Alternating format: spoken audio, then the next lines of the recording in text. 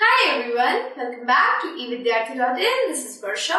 तो स्टार्ट करते हैं हमारे चैप्टर नंबर 4 के टिक द करेक्ट आंसर। पहला हमारा टिक द करेक्ट है map showing distribution of forests are. अब वो मैप जो कि फॉरेस्ट डिस्ट्रीब्यूशन को बता रहा है, यानी पर्टिकुलर थीम हमें दिख रही है।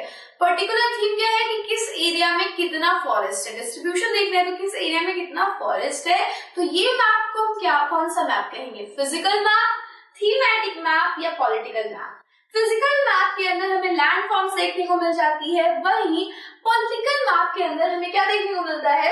इसको हम क्या करेंगे, क्रॉस कर दे रहे हैं क्योंकि ये थीम नहीं बता रहा है हमें। तो पॉलिटिकल मैप के अंदर हमें बाउंड्रीज देखने को मिल रही है, कंट्रीज देखने को मिल रहा है और स्टेट्स देखने को मिल रहा है। तो कोई डिस्ट्रीब्यूशन नहीं दिखेगा यहाँ पे आपको फॉरेस्ट का। This is not an answer.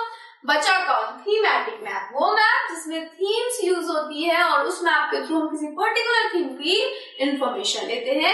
So that map will show us distribution of forest. Next चलते हैं बी पे।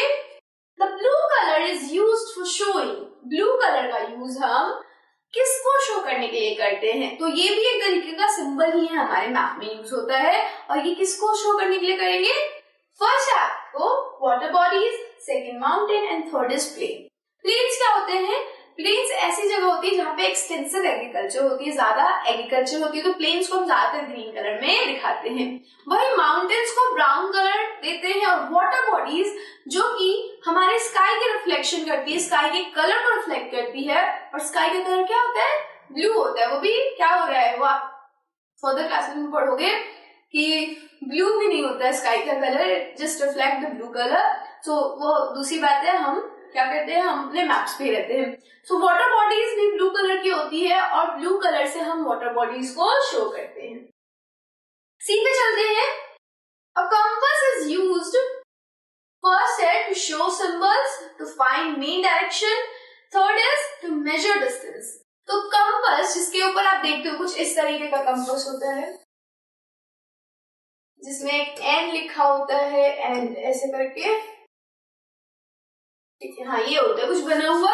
तो ये क्या कर रहा है? एन क्या दिखा रहा है? डायरेक्शन दिखा रहा है, डायरेक्शन दिखा रहा है। और कंपास का यूज हम क्यों करते हैं? To find the main direction. Okay, so second will be our right answer. Next चलते हैं। A scale is necessary first for map, for sketch, third is for symbol. So scale किसके लिए जरूरी है, हमें ये पूछ रहा है। देखो मैप के लिए जरूरी है या नहीं है? हाँ, हमने देखा मैप की तो डेफिनेशन ही यही थी कि ये एक ऐसी ड्राइंग है जो कि स्केल को यूज करके बनाई जाती है। स्केल को यूज करके यानी कि जो एक्चुअल ग्राउंड पे डिस्टेंस है, वही जो डिस्टेंस है वो हमारे मैप पे दिखे और उसको हम क्या कहते हैं, उस रेशियो को हम क्या कहते हैं? स्केल कहते हैं। सो मैप के अंदर हमारा स्केल जरूर यूज होगा। तो scale is necessary for map. Second is sketch. Sketch हमने देखा था कि ये एक ऐसी ड्राइंग है जो कि हमारे मेमोरी से हम बनाते हैं और फ्री हैंड बनाते हैं, तो यहाँ पे हम यूज नहीं करते स्केल। और सिंबल क्या है? सिंबल भी मैप का ही कंपोनेंट है और इसके लिए हमें कोई स्केल की जरूरत नहीं पड़ती है। So A will be the right answer, 1 will be the right answer for the D option, D part. Okay, so this is all about the MCQs, the tick the correct of this chapter. One more thing, हमारा जो ई विद्यार्थी का website है वहां पे आपके लिए बहुत सारे एमसीक्यू दे रखे हैं चैप्टर के पीडीएफ फॉर्म में।